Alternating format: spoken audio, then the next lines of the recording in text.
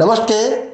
భోజనం తర్వాత ఎంత దూరం నడవాలి, ఎంతసేపు నడవాలి అని కొంతమందికి సందేహం. మధ్యాహ్న భోజనం తర్వాత కనీసం 100 అడుగులు నడవాలి అని చెప్తుంది ఆయుర్వేదం. ఎందుకంటే అప్పటికి సూర్యరశ్మి ఉంటుంది కాబట్టి జఠరాగ్ని బాగా మండుతుంది. సో ఎక్కువ ఫిజికల్ యాక్టివిటీ అవసరం లేదు. అయితే రాత్రి భోజనం తర్వాత ఎక్కువసేపు నడవాలి, ఎక్కువ ఫిజికల్ యాక్టివిటీ ఉండాలి అని చెప్తుంది ఆయుర్వేదం. దానికి కారణం ఏంటంటే అప్పటికి సూర్యుడు అస్తమిస్తాడు కాబట్టి జఠరాగ్ని మందగిస్తుంది.